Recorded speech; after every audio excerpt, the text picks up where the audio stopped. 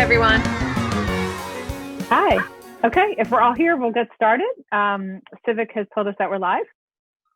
We're good. Okay, hi there. Well, welcome to the December 16th FNA meeting.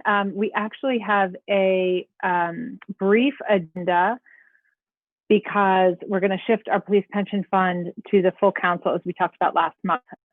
So the council has an education that we had when Chris and Dave came. Matt, before we move on to action items, for you, I'd like to just amend the agenda with really 2 points of discussion that I think we should talk about. Do we move it to the full table in 2021? The first is, again, Arbor Business Association and the Arbor Planning Commission recommendation on how to support both grants and retail recruitment in the downtown. I think before Ron left, he was going to look for what additional funds we may have to supplement that $12,000 we give to the NBA Economic Development Mission this time last year. And I don't think he had an opportunity to do that. But I think it really warrants having that conversation both at A and then having it really be an action item versus just a mere suggestion on moving forward in 2021. I spoke to Ed Ridgway, president of NBA, to say, what are the needs that the business owners now during COVID and post-COVID are potentially anticipating. And we both thought that a survey would be the best. Businesses are hustling right now. So to gather on Zoom for a meeting is probably not very realistic. So I was hoping that if FNA agrees and to move this forward to the full council, that we could develop a survey to send to both business owners in 5A and Montgomery Ave, as well as property owners. Really discuss the piece that the Arbor Planning Commission recommended was looking at retail recruitment, because those are two different but complementary issues down in 5A. Any thoughts? So are you suggesting changing the budget that we're going to, adding something into the budget for tonight, or for the 2021 general fund budget? Or is this a separate conversation? No, this would have to be. We can think about. Cindy, you're breaking up for me. Shoot. Hang on.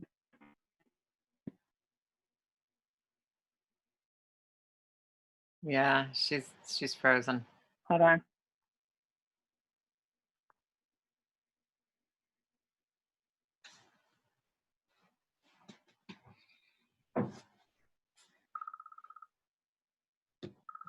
Am I here?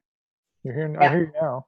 Okay, folks, I'm sorry if I cut out again. Just flag me, and I'm just going to have to call in because we're having internet issues. So, no, we could look for, are there some additional funds that we could reappropriate for that $12,000 that we give already? The third and fourth quarter have not been collected from the NBA because there were not any events, Matt, unless something has changed in that last week. So we could think about, do we kind of earmark? The resolution that we have is pretty general and broad. It's kind of the standard resolution that John Walco came up with. We could think about additional funds and then earmarking some of that into more economic development, a little bit more specific. But I think until, oh, sorry, Fred. Well, I was just wondering, can we allow them to draw on unused funds from this year? Does the budget work like that, Matt? No. So we can't carry over. So we have to change the figure for next year if we were going to do that. Okay. So really, then the NBA has 2 weeks to utilize the rest of those funds to support economic development downtown. Okay, shoot, I thought that would carry over too. Okay. Well, presumably they can make a request next year if they have ideas, and we can change the budget. All right. If they don't use it, these that affects the bottom line, right? If it was budgeted, it doesn't, and if they didn't use it, there are other budget items, line items that are over budget. And so it all averages out. And so we have a surplus, a small surplus going in to next year. So technically, it doesn't carry over, but I mean, semantics at this point. Yeah. Okay. So we could ask them Okay. if they have other ideas to just to submit a request, and we will Now's decide the whether time. to approve it. And if it's something that the NBA is wants in addition to the current budgeted amount, council can always approve that. Mm-hmm. They can approve a budget amendment at that time and say we authorize X amount of dollars more than the budgeted amount. Mm-hmm. So I'm saying instead of rushing to try to spend that this year, they should just request more next year. Yeah. If they feel that's appropriate. They have some good ideas. Yeah, thank you. I'm gonna email the NBA and let them know that as well. But I think the question is, I really heard what the NBA and the Narberth Planning Commission said was, we're a tricky spot in Narberth because we're not large enough like Media or Ambler. We looked at a downtown manager, right? We're not Philadelphia where you need a bid corridor manager, and we talked to Aaron and I met with just to learn about a consultant that does business improvement districts and places like Fishtown, Passyunk, where, those small communities really needed a liaison to talk about trash pickup. Can we have festivals? Can we sit on the sidewalk? How can we partner in community events? We have that. So we don't need that level. I don't think that we need that level of a personnel. I mean, we had Donna come in Main Street Management, probably 4 years ago. And I think the problem then there lies in, who do we have that can expand with those missing pieces with retail recruitment, which is apparently very distinct from like the grant writing and support of things like building, grants that again, it's a tricky space because it's the office is not going to write a grant for a business or a streetscape. So it's really this kind of amorphous space without like a chamber of commerce or a nonprofit that operates as kind of a Main Street management. So I mean, the structure I think is challenging. So are you suggesting both, like recruitment and grants being the roles we'd be looking for, or So one or the other? I'll say we just did kind of an informational meeting just to kind of learn what those roles are. And we met with 3 folks who do some consulting. It was someone that was recommended me just to learn a little bit more. And all 3 said, you're talking about 3 very distinct positions. Like retail recruitment is not a real estate agent. Like it's a really niche field, which is very different than economic development. And one of the concerns that the consultant brought up was bridge mitigation, on top of layered upon post-COVID retail. It's unfortunately, really kind of economically catastrophic and may move beyond, what the capabilities that we have to do. But yes, they were 2 very distinct roles. And look, Todd Bressi and the Planning Commission were loud and clear that they are very concerned about how this may transform a shoppable downtown without some assistance. And maybe that assistance for retail recruitment goes with property owners, that where maybe that's like cost shared or something. We'd have to look a little bit more about how those relationships happen. So have we had time to talk to people who do retail recruitment then yet? It sounds like you've talked to people who are more like standard Main Street manager type. So we to find out what they would do, or we spoke to folks that kind of played in the sandbox with the retail recruitments, and it's a hefty investment. I mean, they weren't giving any numbers, but I'm not sure that's even appropriate for a borough government to do, though. I think that this would have to be something with property owners, perhaps the Narberth Business Association. Do we know of examples of towns that have used that where the borough has paid for retail recruiters, or?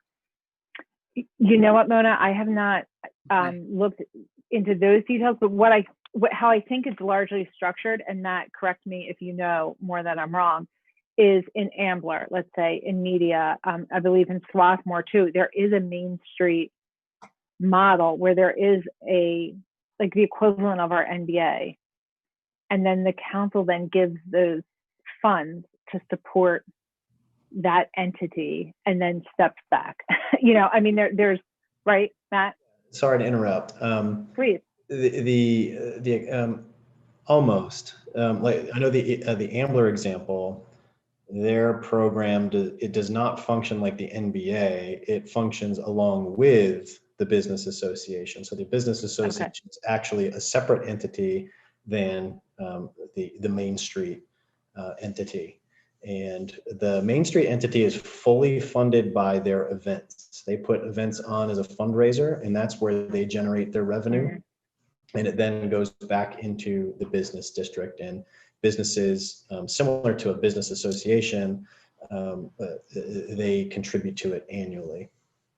So oftentimes these Main Street organizations are in concert. It's kind of like a bridge between municipal government and businesses. And in the models that I've seen to be the most successful, both, the municipalities have the deeper pockets, right? Small businesses are always challenged with trying to come up with significant funds. That's a recurring theme, not just in Narberth, but in any business district with small businesses. And so municipalities typically have the deeper pockets, and they contribute more of a share than the business community. But in my experience, the most successful, we'll call them, just for this example, Main Street organizations, are those that have skin in the game from both sides. It can't be fully funded just by the business association. Right. It can't be fully funded just by the municipality. There has to be mutual funding. And if you want to expand that into residents also, and then the structure of the board, what do they do with those funds? It's a lot more complicated than it appears on the outside. Since you're dealing with public funds, you've got to be careful on where those funds are allocated and the structure of the entities that you are contributing to. Well, and Matt, I'm going to add another layer of complexity on this then, because Ambler and media and other communities don't have separate entities that we do that do long-standing community programming. So, for example, the 4th of July committee, that does the concerts and their own fundraisers and events, versus the Narberth Business District, versus now the concerts that we have for the Music Fest. Or the Narberth Cycling Club. We have a lot of phenomenal activities and groups that are doing amazing work, all of which lead to economic development and a successful and thriving downtown. And they're all very distinct culturally and organizationally, but I think that adds yet another complexity to then, let's say, the Ambler example. Yeah, I remember when Donna Harris came in several years ago, that was one of the key points that she was making, that, it goes beyond just the business community. And to your point, Cindy, she's like, yeah, you've got all of these other organizations that are doing their own events and planning. They need to be a part of this organization also. Yeah, we need to invite everybody at the table. Fred?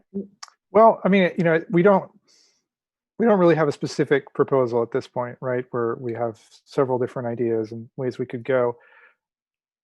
These are all going to cost money. We could put money into the budget for business development, or just up the current line item, and then assume we're going to figure out what to do with it. Or if not, maybe it goes unspent. But we could just say, okay, we're not exactly sure what we're going to do, but we know our businesses are going to need more support next year. Let's increase that line item in the budget. That's the tool we have right now is the budget. I don't know, Matt, what do you think? Is that appropriate to increase funding without knowing exactly what we're going to do with it? Yeah, I'm hesitant to recommend that. I'm hesitant to make any last minute changes to the budget. I believe that I like this idea, and I'm a firm believer in something that needs to be much more organized than what we have. I do believe that Narberth can benefit from that. However, due to the complexity, I do see this taking a long time to figure out what it is we actually want. And in my experience, the most successful applications of these sorts of organizations are when there's an agreed upon vision of what we want.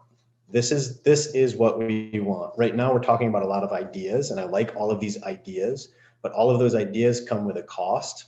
And I'm hesitant to say, yes, it's going to cost, let's call it 10,000. I don't know. And it depends upon what it is exactly we want. And I could see this coordination in development of the definition of what we want, taking a lion's share of this year. And maybe we could then think about the 2022 budget to have an actual line item for this continued investment. Agreed. And Matt, just to clarify, I definitely don't think giving kind of unrestricted funds will move the needle anymore. But really focusing on the recommendation of the NBA and the NPC was pretty specific: retail recruitment and grants, right? And helping to write grants. I think we should probably start with developing a survey to businesses to say, is this something you're interested in?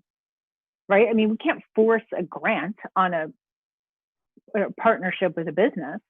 However, there are good examples of where municipalities and businesses can partner and do things from streetscape, walkability, facades, and whatnot. I would be interested in hearing from the businesses if that's even something they're interested in. Because Matt, to your point, unless both parties are interested in investment and in, have a seat at the table, have some skin in the game, I'm not sure that we're going to get the outcomes that we're all hoping for. The retail recruitment piece, I think that might be pretty specific to property owners. Where the vacant storefronts that we have, I would have to believe that those property owners have some sort of interest in collecting rent on those properties. So those, I think, are the two needs that are expressed from the organizations that we have in place.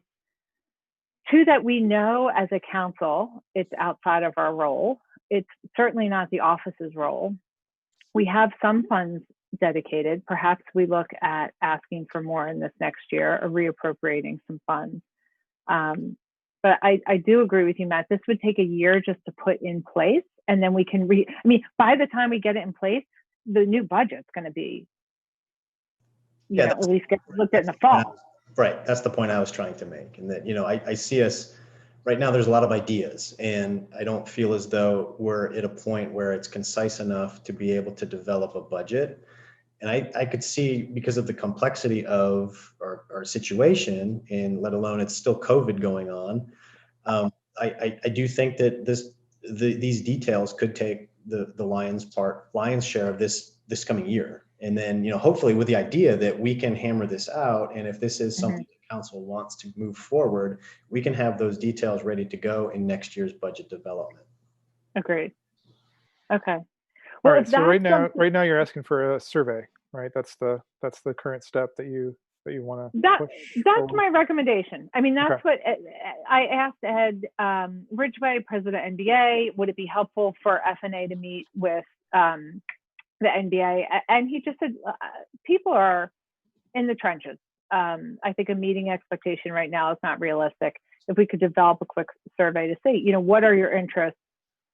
What are the supports that you are needed? At least we can get through the holiday shopping season, get through this winter, and at least have some information on partner interest to investigate more. And something with the survey, putting out a survey now too, though, I'm wondering if, a business responding now is going to be responding differently post-COVID. A business need is going to be a lot different now than it will be next year, hopefully, or mid 2021.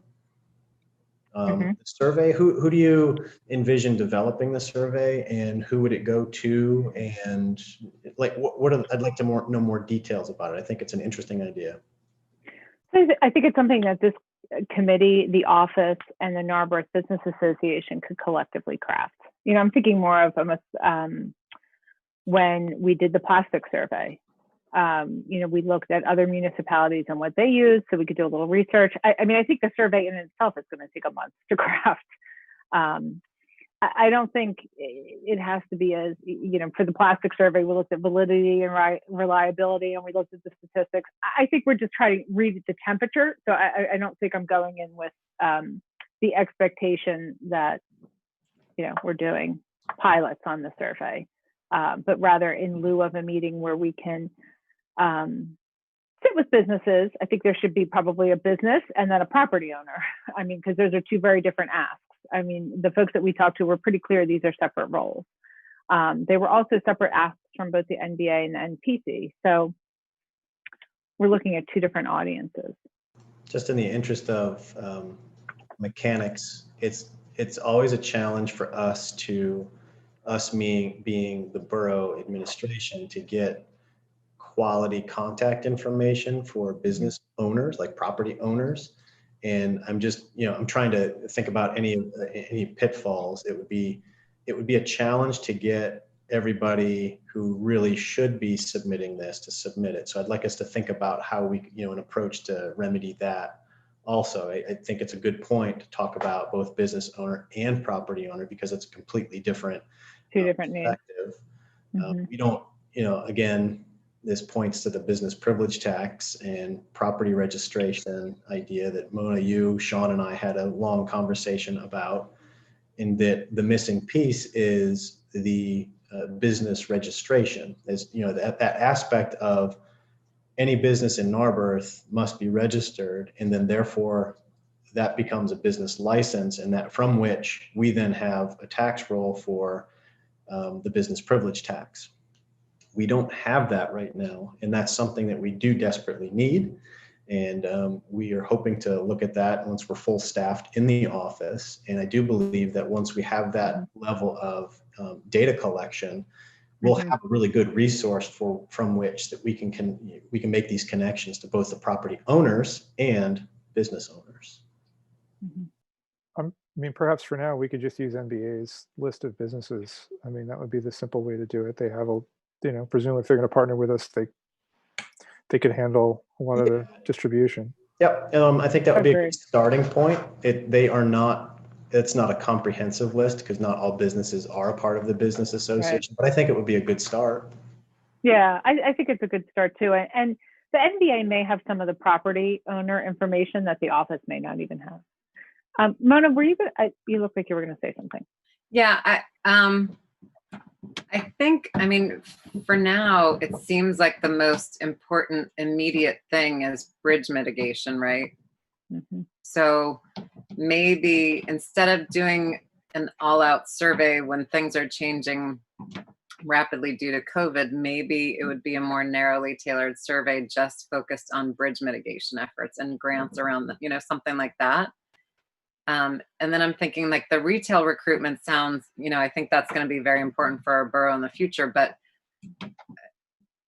maybe we can spend the next year researching and learning more about retail recruitment, because during this COVID scenario, I don't know if any retail recruiters are going to be incredibly effective during COVID, not knowing what's going to happen.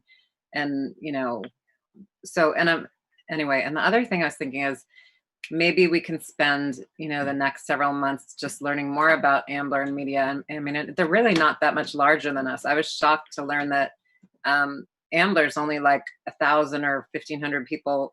Media is only like 1,000 or 1,500 people more than us. I'm looking at Ambler's population right now. It's only like 2,000 more people than us. Like media looks huge, but it must just be really just the little area around the downtown. So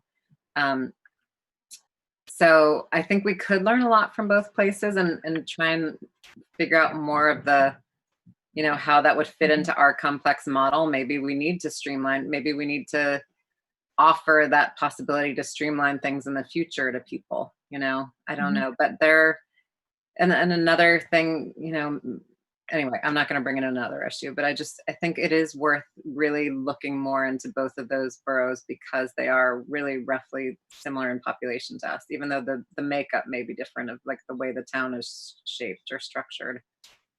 Yeah, and back in the day when Donna Harris came through and did her report, Sean and I, along with Barbara Fortner and another former council member, actually went up to Ambler and met with them and learned the ins and outs of that organization. So yeah, we've been down this road before, and our takeaway is that every municipality is different and that there are similarities. You can learn from that, but there is no perfect solution. Is it okay if I make one short comment? Please. So, like a big piece of the retail, maybe like 20%, just changed hands on the I guess the south side of Haverford and wrapping around the corner. And I think like knowing what that gentleman's plans are, for those properties would be helpful, because I mean it's probably like, I don't know, 10 stores at least. Mm-hmm. And Ira, to your point, thank you for that, is that, that same property owner will have two very large commercial spaces on the north side as well.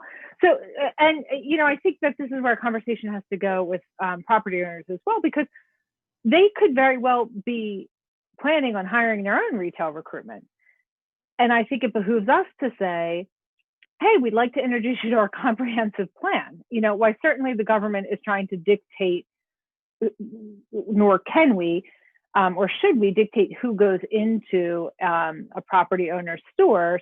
I think it's nice to say this is a community document that volunteers from across Narberthville, it might be interesting for you to understand Narberth a little bit more. I think we can make that invitation and to folks who may very well be planning their own retail recruitment. We just don't know. But you're going to have some potential leverage over them, because it's almost guaranteed they're going to be looking for variances. Well, yes. True. I say this not that we need to, just because I feel like I've been introducing it, but I would really like to put it as a priority for us to tease out and come up with a plan or a strategy for next year that will bring us into the next budget cycle. But of course, this can't just be my obviously priority on council. I want to make sure it is something that FNA recommends, that it's appropriate for us to get involved, and then recommend to the full council that we would support looking at structures. So not just simply reallocating more funds, but really looking at structures and systems and processes on how to support that 5A district. Okay, so right now you're supporting gathering information from the businesses through working with MBA to gather more information, so that for next year's budget cycle we could potentially expand the support more materially. Does that sound right? And then the next step, I guess, would be to have some of us, either you or as many of us as can, sit down with Ed and sort of get some information on what he thinks, how to go about reaching out to all the businesses and the kinds of questions he thinks would be most helpful. Does that sound? Ed, and then separately, I would include Todd Bressi and folks from the Narberth Planning Commission, because again, the NPC's concern really was retail recruitment and what how the culture would change without some intervention and really thoughtful support downtown if we lost retail and as we lose offices. So it's kind of two separate, but again, there would be connection under the broader umbrella of support of 5A. And Mona, to your point, I think Ed's going to be hearing what the businesses are concerned about. So if he says no, all everyone wants is bridge mitigation, then we should be able to get that from him as well. Yeah, I mean that sounds good, Cindy. I think we can. I don't know if we. I don't even know if we need to get an official go ahead, since we're just gathering information here. I don't know how you want to proceed, but yeah, I think if you and Mona support it, then I think we, amongst the three of us, come up with a plan to divide and conquer. Someone take the lead, gather information from both parties, and at least compile an information report, a survey to then present to full council. What do you think, Mona? Sure. Okay. I think it's Sounds worth good. researching and looking into. Sure. Okay. Then to be continued. Next, then, this is not on the agenda. I amended it. The earned income tax. I'm just putting this back on because Fred did a little bit of research and learned some new information. Mona, I can't remember if you were on council yet when we investigated this. I was when I think it was maybe our first meeting when my first meeting when Fred gave a presentation on what he had learned about earned income tax. Okay, then I won't review it. But interestingly, just today, I actually replied to a citizen who wrote an email really concerned about taxes for senior citizens. And I said, actually, that was one of my biggest interests with the earned income tax, was that it really did, in my perspective, support diverse socioeconomic statuses and supported seniors, because your Social Security is not taxed. Those were my two biggest reasons. And then COVID hit and it really reminded us, oh yeah, this is why you are really vulnerable in an economic recession or pandemic. But anyway, so I got that citizen email and replied with that answer. And Fred learned some more information. So I just wanted to put it back on, not to suggest to anyone that we are recommending an earned income tax by any means, but yet let's just update ourselves with info. So Yeah. Fred, if I can put you in the spot. Once again, we are not looking to raise taxes. Right. We're about to pass a budget where the millage is, well, the budget that's currently on the table, the millage is exactly the same as last year from the borough. Mm-hmm.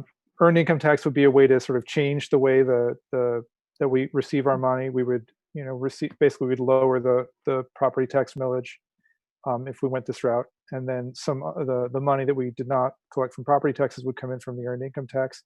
The reason this is attractive that we would go through this is because right now some Narberth residents are paying earned income tax in the municipalities where they work. So if you live in Narberth and work in Narberth, you don't pay it. But if you live in Narberth and work in, I don't know, most places in the state, you will be paying an earned income tax to that other municipality. And then if Narberth were to put in an earned income tax, that money would come back to Narberth. You wouldn't end up paying any more money. It just means you would pay it to Narberth instead of paying it to wherever you're working. Now, in the process, we would be taxing people who aren't currently taxed. So Narberth residents who work here in Narberth, they would be taxed. So the interesting thing is that apparently we can get information on how much money this represents. So the tax authority, the group that handles the earned income tax, has information on exactly where everybody lives and exactly where everybody works. There's different codes for that. And I was talking to John Walco, and he believes that with suitable encouragement, we can get that information. It won't be easy in his opinion, but it will be possible to get that information in advance, so we would know exactly how much money we're talking about here that is currently being paid, that we could bring back home to Narberth where it belongs, if we decided to go this route. Now Matt? there is, yeah. I'm sorry. Yep. Thank you. I remember when Lansdale Borough instituted their EIT. Shortly thereafter, I believe the maximum is 1%, and shortly thereafter, there was a ruling that the school district is allowed to take up to 50% of that. So I want to put that out there also, that's what happened in Lansdale. I think we had it for a year, and then there was I believe it was a state, John Walco he probably knows the specifics of that. I believe it was a state court case that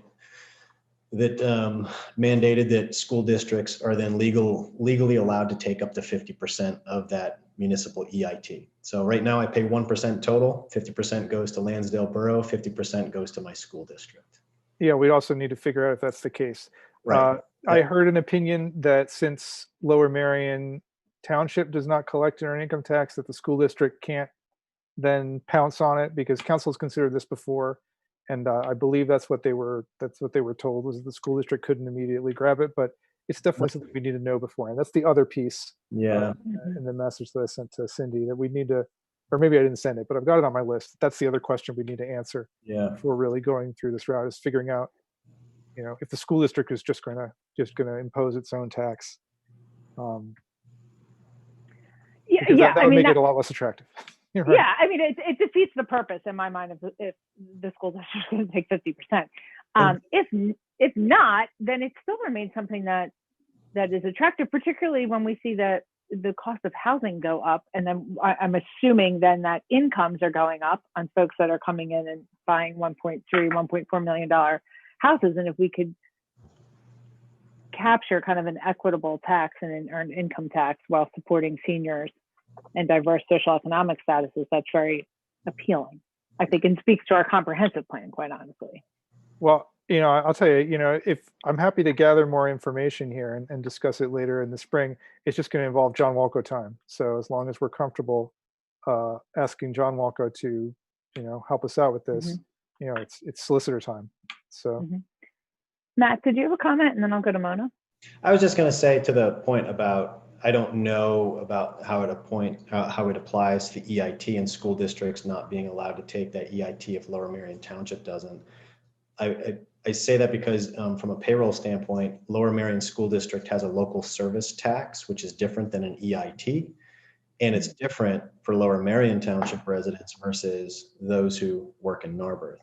So Narberth is $5 a year per employee, whereas Lower Merion Townships is significantly higher. So I'm not sure if that is the case, that if that tax doesn't exist. My understanding, and I am not, I'm not a lawyer. My understanding was that once a municipality establishes an EIT, the school district has a right to come in and take up to 50% of that, regardless of the municipality. We would just need more clarification about that. Yeah. So if we decide to do that, let's ask that first. That'll be the first question he investigates. Perfect. Okay, Mona. I think it's worth, looking into. I think, so what we would be talking about is, if we did start an earned income tax, offsetting property tax increases somewhat, like future property tax increases, not exchanging it for current, not reducing current millage rate. Is that right? Or we haven't gotten that far? Like, what are the thoughts on that? It would be a big chunk of money, so I think we would start by lowering the current millage rate. I mean, it would be a lot. So that would really be increasing the taxes if we put it in without offsetting it with some sort of reduction. Right. So I think it's worth looking into, and I think part of that would be, obviously looking into how much have towns with EITs been affected by the recent recession, because it is more susceptible to downturns. So that when we have a budget without strong reserves, we have to think really carefully about that. But I'm always in favor. I mean, I think there's no reason not to research it and learn more and really think about all those variables. And Mona, I was actually going to make that point. In our municipal management arena, those municipalities that have been suffering the most financially through COVID have been those who have their budgets primarily funded by an EIT. So that we've been experiencing it. We've been, Montgomery County, especially the municipalities who rely on EIT, there are big budget shortfalls for 2021 happening because of it. And that's one thing that set Narberth apart and why we're so fiscally stable at this point, because we don't have an EIT and we don't rely on that for our foundation of our budget. Are there a lot of towns that I know Sean did a presentation on this last year, but I don't know where the presentation is. And I know Fred looked into it too. Are there a lot of towns that use the mix of both? And were some of those towns the ones that were hit pretty hard, that have a mix of both, depend on a lot of property taxes as well as an earned income tax? Or I don't know the answer to that. Yeah. I mean, I believe everybody that has an EIT also has a property tax. It's not really enough to run your entire, Yeah, that with. seems really. So do we want to maybe divide and conquer here for 2021, where Fred, if we can ask you to continue to really re-explore this EIT and ask some of those questions. And Mona, perhaps you and I could work on meeting with the NBA, the NPC, to come up with a survey, just kind of listen, bird mitigation, and come up with, again, some information gathering, and then a proposition for systems and processes to support that 5A district. Yeah, I'd be happy to work with you on that. Okay, perfect. Boom. 2020 in the past. Okay, so we have a plan moving forward. Let's move on then to action items for Borough Council. Matt, I'm not sure there's anything that we need to talk to. The auditor will come just to educate us all on the police pension. Anything else you need to point out here about minutes, budget, appointments? The only thing that was later addition is the appointment of our auditor. I'm just going to recommend that we appoint the auditor that we've been using this year. We've been really pleased with them. It's like night and day between them and our previous auditors, even though we don't have the 2019 audit done yet due to COVID. We are currently working on that and hoping to get it done in the next couple of weeks. They've just been a really, really great firm to work with, responsive, the right size for us. And the good news is that the fee for, it's a 1-year contract that we're recommending. The fee for the 2020 audit is $200 less than what we paid for last year. So great. No, not a lot of savings, but hey, it's $200 less. All adds up. Mona? I just have a quick question. It's off topic maybe, but I just have a quick question about the sewer fund at some point during the meeting. Mona, I think that's important for the good of council and public. Do you mind holding it to the full meeting? Sure, no problem. Okay. It was just so Matt, just so you have a chance to, it was just about the rate decreasing in 2021. So that's an easy answer. It's all based upon water usage. And so we charge sewer based upon water meter usage from the water authority. And so if people use less water, sewer rates go down. Which I have to believe sewer rates are double. I'm sorry. I have to believe that has probably doubled in 2019. I believe it was they're all used based upon the numbers we get from the water authority. And so that's what those numbers are generated from. And so you'll see, sometimes they'll increase, sometimes they'll decrease based upon the usages. So that's just sent to us by the water authority. So it's not, because I was curious. I knew obviously if the water usage went down, the total amount would go down, but I was wondering why the actual rate went down. So the actual rate, per 1,000 gallons decreases if the water usage decreases also. So that rate is based on the total number of gallons used. And so that's why the rate went down, because it's a total number divided by that 1,000, and that generates the rate. So maybe it's an incentive to use less water, maybe something like that. I don't know. That's interesting. Okay, I didn't know if we were being asked to decide that, or if it was just automatic. Thank you. It's automatic. It's data that the tax collector gets and generates from the water authority to us, which then she generates on the taxes. And it's just, you take that value, divide it, and you just put it into the spreadsheet, and that becomes the rate. Thank you. I'm sorry, Mona. I was thinking you were going to ask about the balance in the relationship between doing the sewer checks and the repaving. And I thought, oh, that's such a broader conversation. I didn't realize it was a little question. Fred? Yeah, I just had a quick one about the trash fees. So the trash hauler fee went up about 10% this year, it looks like. Is that That expected? was all contractual. Yep, that goes up every year. Yep. Okay, that's it. As far as appointments, boards, and commissions, we have a tremendous amount of people and positions to look at tonight, and I believe that we're going to make some adjustments just so we can do that thoroughly. We got some last-minute submissions that we'll need to discuss as well. So I think that'll be a large part of the meeting. Yeah, Mona? Are we making decisions on those tonight? I think we are on some of the committees. Yes, Fred? So I believe that, assuming we're going to reappoint members who have applied for reappointment, the only commission that there is sort of a competitive decision on is Planning Commission. There are a huge number of applicants for one open seat if we reappoint Todd Bressie. Everything else, there's either someone who's already on who's applying, or there are not extra applicants. So we should be able, in my opinion, to make decisions about everything except Planning Commission without, I mean, again, assuming we wish to reappoint, as we usually do, people who are on the commissions, we should be able to do all of the other appointments tonight. Okay, but Planning Commission, we're going to, Fred, you had mentioned postponing that, and I appreciate that. I would like to. I'm going to see, it may cause logistical problems because they're going to want to meet in January. They may have an important meeting in January. So we're going to see if we can make this work. But I agree. I think that's an important appointment, and if there are that many people going for the position, I think it would be, in my opinion, I think it would be important to have those people come in and interview them and ask them all similar questions. And yeah, I agree. I suspect we're all going to be on the same page with the amount of people and such an important committee that we invite folks in.